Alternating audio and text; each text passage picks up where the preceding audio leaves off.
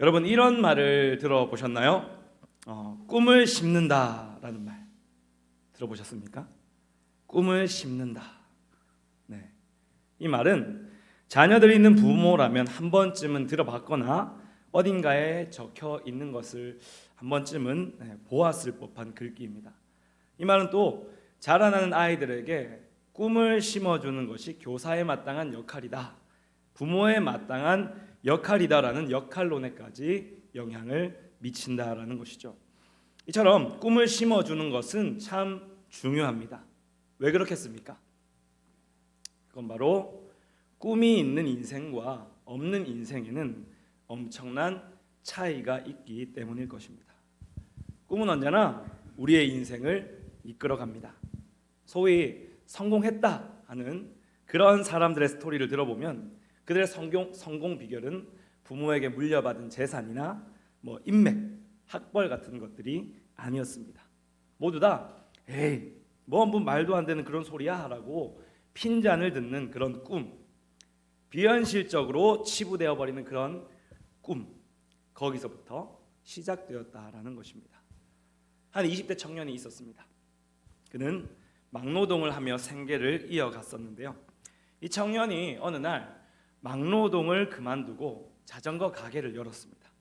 거기서 그는 자전거, 여러분 안장 아시죠? 그 안장을 주로 만들었었는데 그러다가 문득 마음에 이런 생각이 들었다라고 합니다. 지금은 내가 비록 이 자전거 안장을 만들고 있지만 나는 언젠가는 자동차도 만들고 비행기도 만드는 사람이 될 거야. 네, 이 꿈을 다른 사람들이 듣고 뭐라고 이야기했을까요? 당연히 에이 무슨 참 기가 막힌다 이런 이야기를 했다라는 것입니다. 10대도 아니고 20대, 지금이야 여러분 20대면 앞길이 창창하지 않습니까? 근데 1920년대라면 여러분 어떨까요? 그 당시에 20대에 대한 위치는 지금과는 전혀 달랐었습니다. 그런데 그 20대가 그런 말을 했다? 가정을 꾸리기도 했고 자녀도 낳고 직업도 있는데 갑자기 그런 말을 했다? 그런데 혹시 이 녀석이 내 자식이다? 네, 이렇게 되면 정말 기가 찰 노릇이죠. 이 사람이 세월이 흘러 어떻게 되었을까요? 네, 이런 기가 찰 만한 꿈을 꾼 청년의 이름은 김철호입니다. 여러분 잘 아십니까? 바로 기아자동차의 창업주라는 것이죠. 네, 놀라지도 않으시는군요. 네. 여담이지만 우리나라 집집마다 왠지 하나씩은 있을 법한 그 삼천리 자전거 있죠. 이 삼천리 자전거의 지금 현 회장이 이 김철호님의 손자라고 이야기를 합니다. 막노동에서 자전거 가게에서 자동차 회사에까지 무엇이 그를 이끌었을까요? 나는 언젠가 자동차도 만들고 비행기도 만드는 사람이 될 거야라는 그 꿈이었다라는 것입니다. 이렇게 꿈은 우리의 인생을 이끄는 원동력이 됩니다. 삶이 녹록치 않더라도 털고 일어설 힘을 불어넣어 준다라는 것이죠. 다시 달려갈 용기를 북돋아줍니다. 그리고 다시 그 꿈을 이루기 위한 길로 인도한다라는 것이죠. 그런 의미에서 우리가 인생의 벼랑 끝에 내몰렸다 하더라도 이 세상의 많은 것 중에 하나가 딱 있어야 된다라고 이야기한다면 그것은 바로 꿈이다라고 이야기할 수 있을 것입니다. 이 꿈을 언제나 제시하시고 이루어 가신 존재가 있죠. 우리 성경에 있습니다. 찾아오셔서 꿈을 이루게 하시고 그 꿈을 이뤄갈 수 있도록 인도하시는 분 누구입니까? 하나님입니다. 아멘. 이스라엘에게는 어떤 비전을 이 하나님이 주셨을까요? 이스라엘에게 주어진 꿈이 무엇이었습니까? 한번 생각해 보십시오. 무슨 꿈을 주셨습니까? 이스라엘 가운데 영토를 주겠다, 땅을 주겠다는 약속을 하셨습니다. 그리고 하나님께서 이 약속대로 이스라엘에게 가나안 땅을 소유로 허락하셨고, 그리고 그가 허락하심으로 말미암아 이 꿈을 이루게 되었다라는 것이죠. 그런데 꿈이 없다면, 이 꿈이 없어진다면 어떻게 될까요? 일생 동안 쫓던 바를 다 이루고 나자 여러분 이스라엘이 어땠습니까? 꿈을 이루게 하신 그 하나님을 잊어버렸습니다. 타락의 길로 접어들게 되었다라는 것입니다. 그 결과 이스라엘이 멸망을 경험하게 됩니다. 그 멸망이 어느 정도의 멸망이냐? 그들에게 있어서 생명과도 같았던 그런 성전이 무너지게 되는 충격적인 일을 겪게 된다라는 것입니다. 이스라엘에게 있어서 이 성전은 어떤 역할이었습니까, 여러분? 하나님의 거룩한 지상 임재 처소였습니다. 하나님의 백성이 예배하는 공식적인 예배의 장소였습니다. 그런데 이런 성전이 무너지게 되었다라는 것이죠. 거기에 포로로 잡혀갈 때 어땠을까요? 우리 고대 근동의 역사들을 좀 살펴보면 적국이 포로로 끌려갈 때에는 손이나 발에 족쇄를 채우는 것이 일반적이었습니다. 그런데 좀 심할 경우에는 우리의 입이나 이 코에 그 갈고리 같은 거를 이렇게 꿰어서 끌고 갔다고 그렇게 이야기를 합니다. 유다의 마지막 왕 시드기야 아시죠? 네, 모르시는군요. 네, 이 유다의 마지막 왕인 이 시드기야 같은 경우에는 눈이 뽑혀서 끌려갔다고 성경은 기록하고 있습니다. 이렇게 꿈을 가진 인생과 꿈이 없는 인생, 그 꿈을 잃어버린 인생에는 엄청난 차이가 나타난다라는 것이죠. 그렇기에 꿈을 꾸는 것은 너무나 중요한 일이다라고 우리는 볼 수 있습니다. 그렇다면 여러분 앞에 서론에서 꿈을 심는다라는 글귀를 말씀드렸는데 다들 이미 해보고 또 알고 있으시겠지만 꿈을 심어주면 여러분 그 꿈이 잘 이루어지던가요? 잘 이루어지나요? 노력하고 가꾸면 모두 마구마구 열매가 막 이렇게 주렁주렁 맺히던가요? 만약에 그렇다면 아마 우리 교회 청년들 또 우리 교회의 다음 세대 아이들은 모두 대통령이 되고 과학자가 되고 뭐 유튜브 크리에이터가 되고 뭐 이런 CEO가 되고 이런 일들이 마구마구 일어나야 된다라는 것입니다. 그런데 많은 이들이 참 안타깝게도 자신이 가지고 있던 꿈을 포기한다라는 것이죠. 그리고 자선책을 찾아서 길을 떠나게 됩니다. 여러분 이들은 왜 이렇게 꿈을 이룰 수가 없었던 걸까요? 왜 그럴까요? 우리 본문으로 한번 돌아가 봅시다. 본문으로 돌아가서 오늘도 꿈을 심으시는 하나님의 모습이 나타납니다. 그런데 이 학계를 통해 하시는 말씀의 어조가 상당히 선동적이고 격정적임을 확인합니다. 4절을 한번 더 보시고 읽어보면 좋을 것 같습니다. 우리 4절 말씀 한번 읽어봅시다. 시작. 이 성전이 황폐하였거늘 너희가 이때에 판벽한 집에 거주한 것이 옳으냐? 네, 마치 이 하나님께서 잘못한 사람을 엄히 꾸짖으시는 것처럼 강하게 말씀하고 있습니다. 하나님은 대체 무엇 때문에 이렇게 강하게 말씀하고 있는 걸까요? 여러분 글로 읽어서 이게 잘 와닿지 않겠지만 원어로 보면 강한 어조가 나타나고 있다는 겁니다. 그것은 바로 이스라엘이 하나님께서 제시한 꿈을 또다시 잊어버렸기 때문입니다. 그래서 하나님은 마치 꾸짖듯이 강한 논조로 그 꿈을 이야기하고 있다는 것입니다. 무엇이 문제였을까요, 여러분? 무엇이 이 꿈을 이루는데 어려움을 줬던 걸까요? 꿈을 이루는 것이 저도 알고 여러분들도 알고 다 알고 있는 일인데 도대체 하나님께서 이스라엘에게 다시금 심어주신 그 꿈이 얼마나 어려운 일이었기에 이 이스라엘은 또 이 꿈을 포기해버린 걸까요? 우리 이 시간 말씀을 통해서 그 이유를 찾고 하나님이 주신 꿈을 이루는 그의 백성들 다 되시길 주님의 이름으로 축원합니다. 아멘. 자, 먼저 이스라엘 백성들이 꿈을 이룰 수 없었던 이유를 한번 살펴보면 좋겠습니다. 꿈을 포기한 이유 뭘까요? 한번 따라해 봅시다. 나라는 꿈 방해꾼을 만나서. 너라는 꿈 방해꾼을 만나서. 네. 오늘 본문 4절을 다시 한번 볼까요? 이렇게 얘기합니다. 이 성전이 황폐하였거늘 너희가 이때에 판벽한 집에 거주하는 것이 옳으냐? 여기서 판벽한 집은 여러분 널빤지로 벽을 장식한 집을 이야기합니다. 히브리어로는 사판이라고 하는데 기본 의미는 지붕을 덮다, 벽난로 장식하다라는 그런 뜻을 지니고 있습니다. 당시 가나안 지역은 다른 지역보다 나무가 굉장히 귀했다라고 알려져 있습니다. 그래서 가나안의 평범한 집 벽면은 보통 흙벽돌로 이렇게 이루어져 있습니다. 다시 말해 귀한 목재를 구해서 집안을 장식하는 것은 물질적 부와 많은 노력이 따르는 작업이었다라는 것입니다. 곧 4절 말씀은 지금 무엇을 얘기하는 것입니까? 이스라엘 백성들이 성전이 황폐한 것을 그냥 두고 자신의 집만 아름답게 완성하고 꾸며놓고 그곳에 편안히 거했음을 지적하는 그런 말씀이다라는 것입니다. 그들은 왜 이 성전이 황폐한 것을 그럼 그냥 뒀을까요? 왜 그냥 뒀을까요? 분명 하나님은 무너졌던 예루살렘 성전의 회복이라는 꿈을 심어줬습니다. 바벨론 포로기 상황 속에서 말이죠. 그런데 왜 이들은 이것을 외면하고 있는 걸까요? 그 답은 에스라서를 좀 살펴보면 알 수 있습니다. 에스라서의 배경은 학개서를 포함합니다. 고대 근동 역사에 있어서 이 페르시아가 패권을 장악했던 주전 539년입니다. 고레스 대왕이 칙령 하나를 내리는데요. 그 내용이 뭘까요?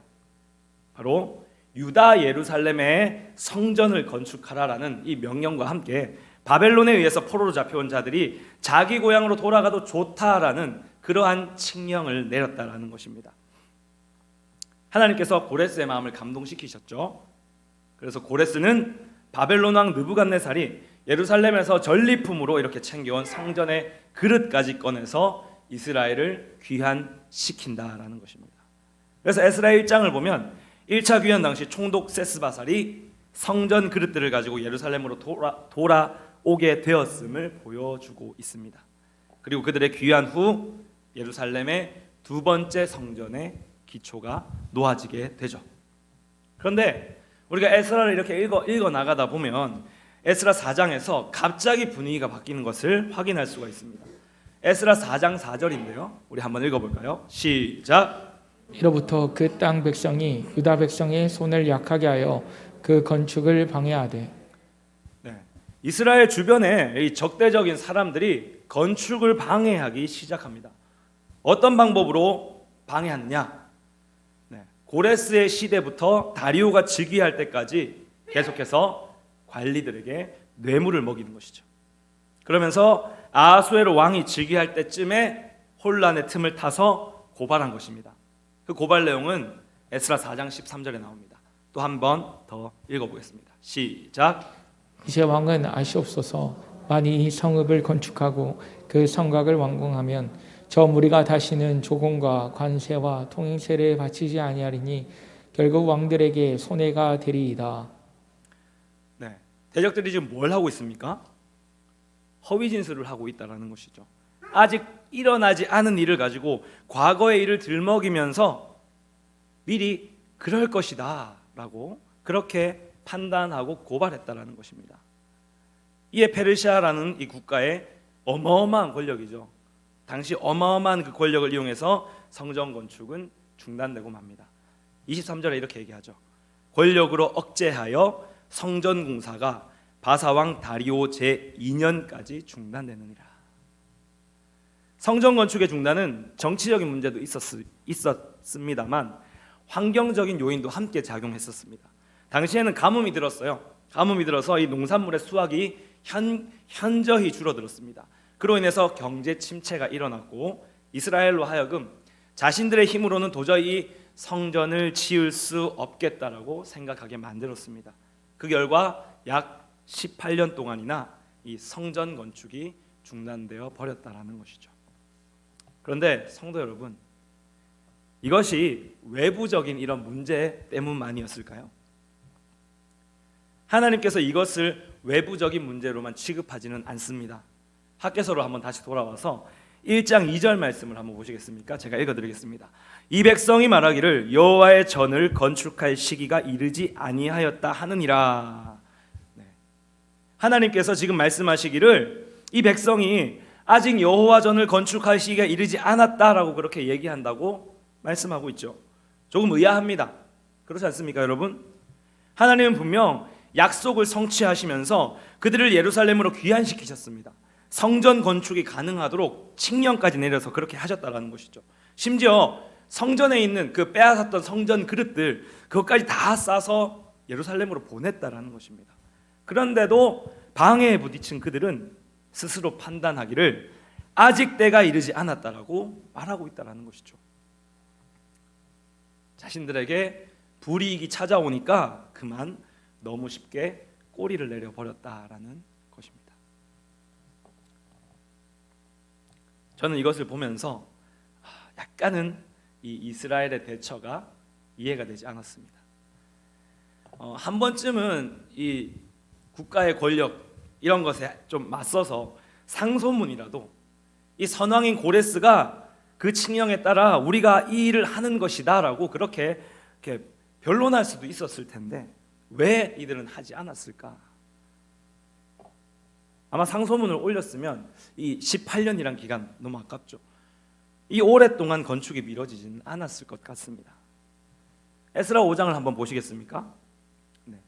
5장을 보면 이렇게 학계 시대에 이르러 그제서야 상소문을 올리고 있다라는 그런 내용이 나타나고 있습니다. 17절 말씀인데요. 읽어봅시다. 시작. 이제 왕께서 좋게 여기시거든 바빌론에서 왕의 보물 정각에서 조사하사 과연 고레스 왕이 조서를 내려 하나님의 이 성전을 예루살렘에 다시 건축하라 하셨는지 보시고 왕은 이 일에 대하여 왕의 기쁘신 뜻을 우리에게 보이소서 하였더라. 아멘. 자, 이렇게 상소문을 올렸습니다. 그 결과 어떻게 되었을까요? 학계 시대에 이르러서 상소문을 올렸더니 다리오 왕이 창고에서 두루마리를 찾아서 실제로 고레스가 내린 조서가 맞다라는 것을 확인하게 됩니다. 그 결과 다시 이 성전 재건이 시작되게 된다라는 것이죠. 물론 여기에는 약간 정치적인 어떤 배경들이 숨겨져 있습니다. 이 다리오 왕이 고레스 왕의 그 친자녀죠. 친자녀가 아니었기 때문에 군대 장관이었기 때문에 이 고레스의 어떤 이 정치적인 이념을 그대로 이어가겠다라는 그런 것들을 보여주기 위한 부분이 분명히 있다라는 것이죠. 어쨌든 이 하나님의 섭리 아래에서 결국에는 조서를 올렸더니 성전 재건이 다시금 시작되었다라는 것입니다. 세월이 흐르고 일이 해결되고 나니 어떤 생각이 듭니까? 어떤 생각이 듭니까? 성전 재건이 중단된 이유가 외부적인 요인이 아니었다라는 것이죠. 내부적인 문제, 바로 이스라엘의 마음이었다라는 것입니다. 그것이 바로 문제였다라는 것이죠.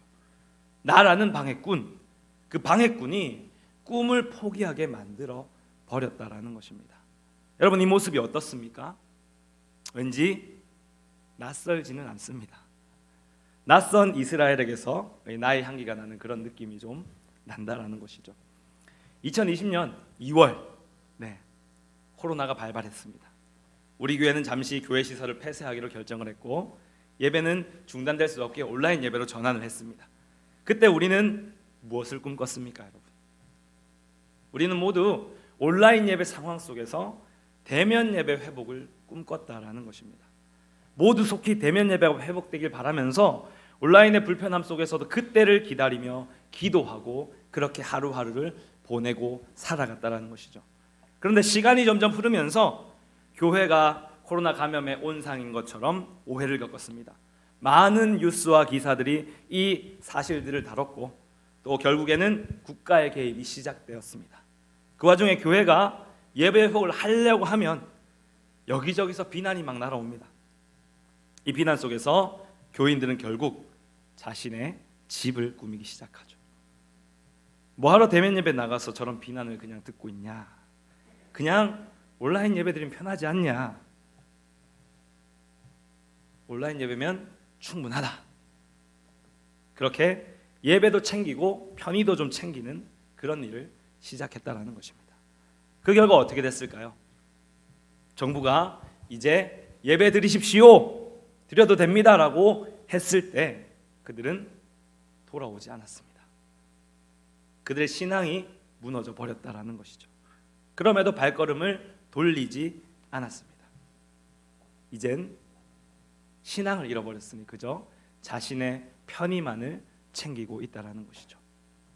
그래서 우리는 꿈을 잊었습니다. 교회에서 예배해야 한다는 그 사실을 잊어버렸다라는 것입니다. 이것은 외부적인 문제로 보여질 수 있지만 외부적인 문제가 아닙니다. 내부적인 문제, 바로 나라는 존재 때문이다라는 것이죠. 저도 온라인 예배를 좀 드려봤지 않겠습니까? 우리 다 같이 문 닫고 뭐 TV에서 셀카 찍고 이랬지 않습니까? 처음에는 마음이 너무 아팠습니다. 모이지를 못한다.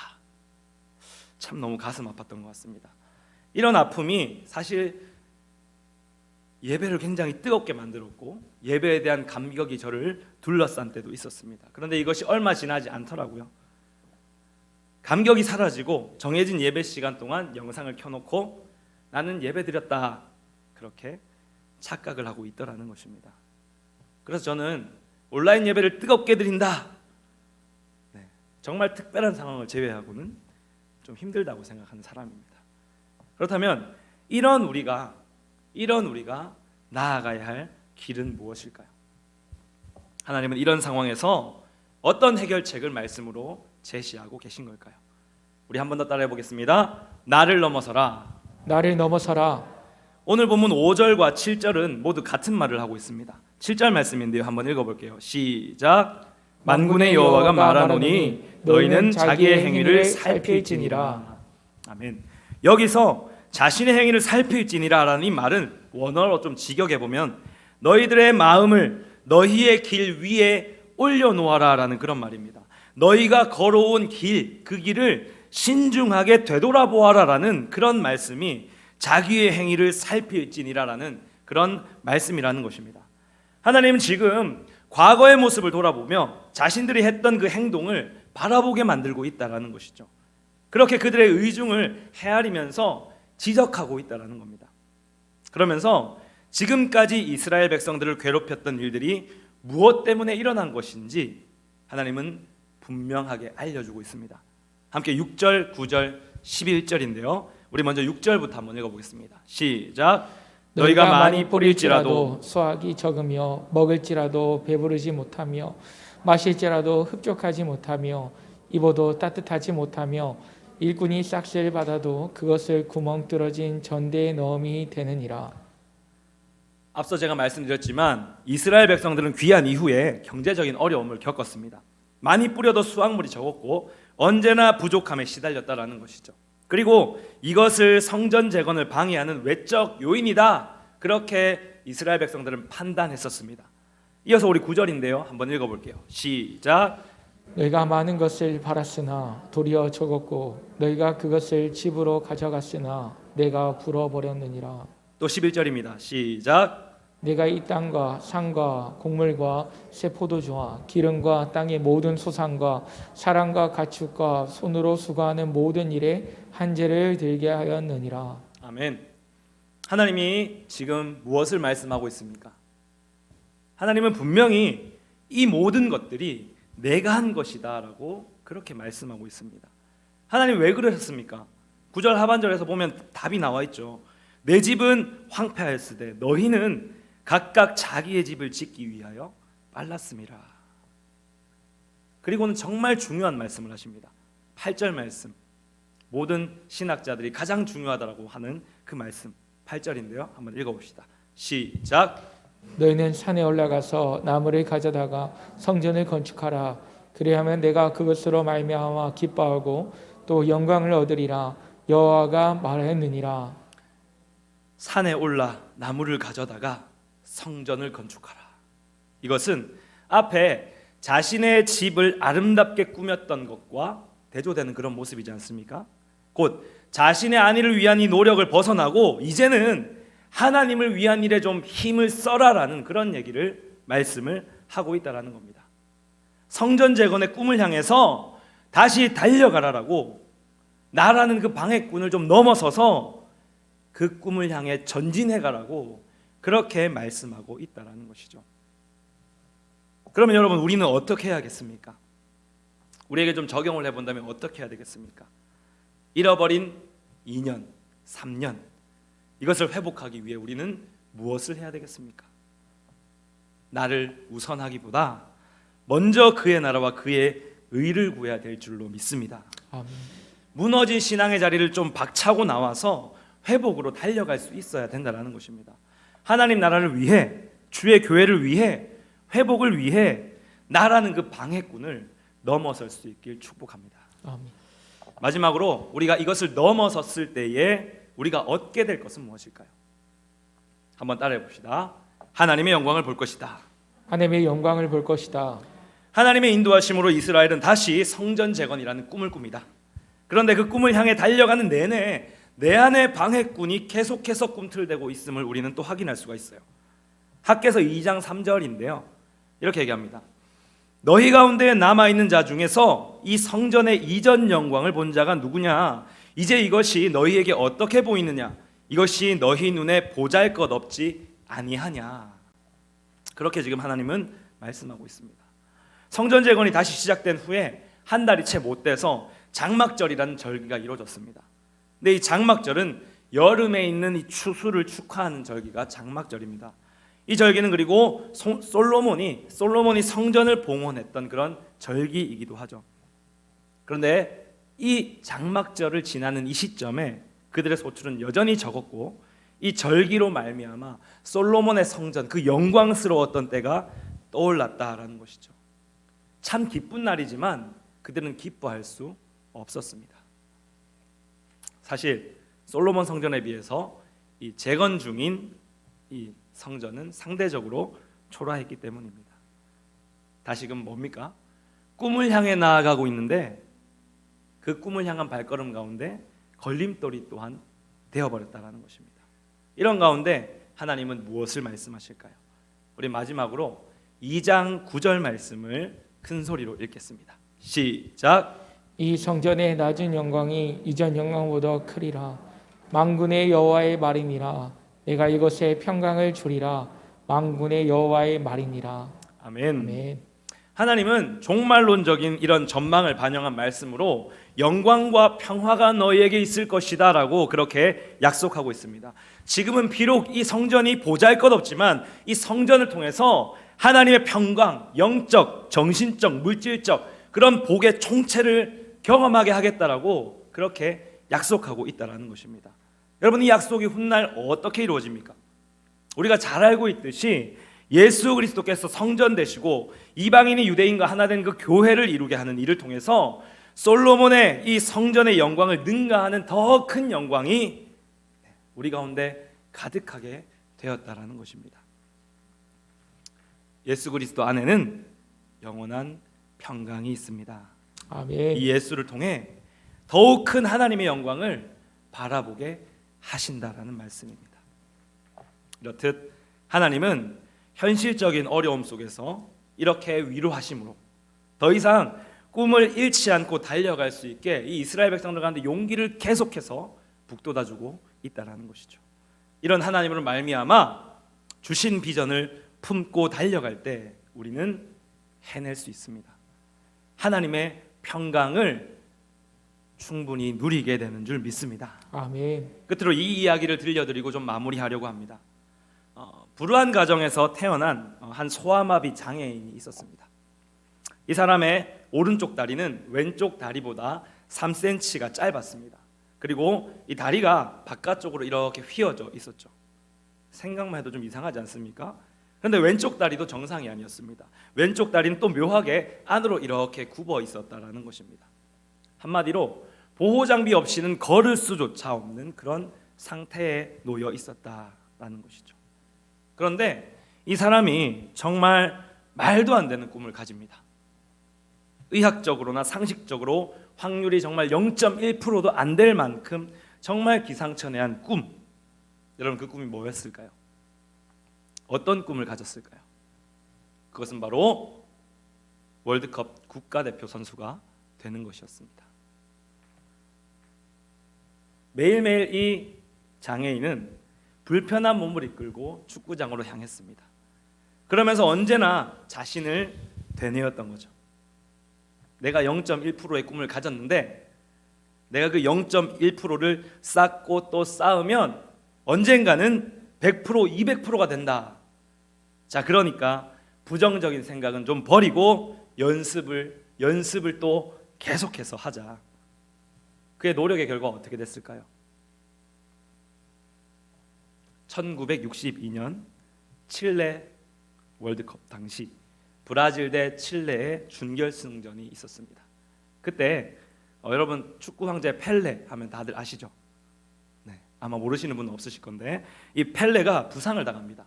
그런 가운데 한 선수가 교체돼서 잔디구장을 밟습니다. 그리고는 2골을 연속으로 성공시켜서 관중들을 열광의 도가니로 그렇게 만들었다라는 것이죠. 네.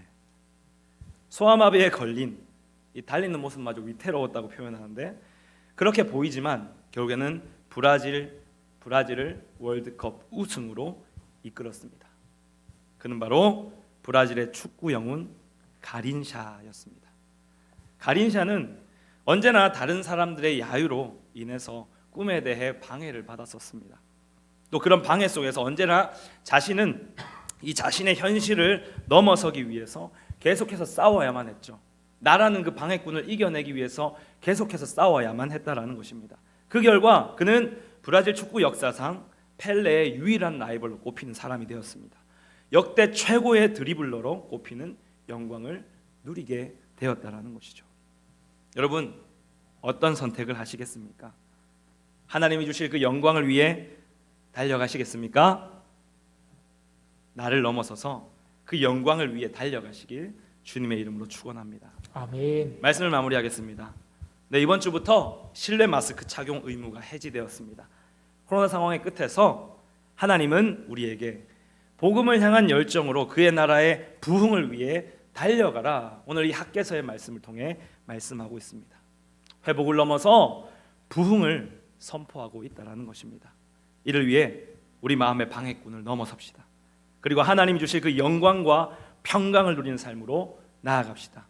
이 희망을 향해 전진하는 모든 주님의 백성 다 되시길, 그래서 그 영광을 정말 기쁨으로 누리시길 주님의 이름으로 축원드립니다.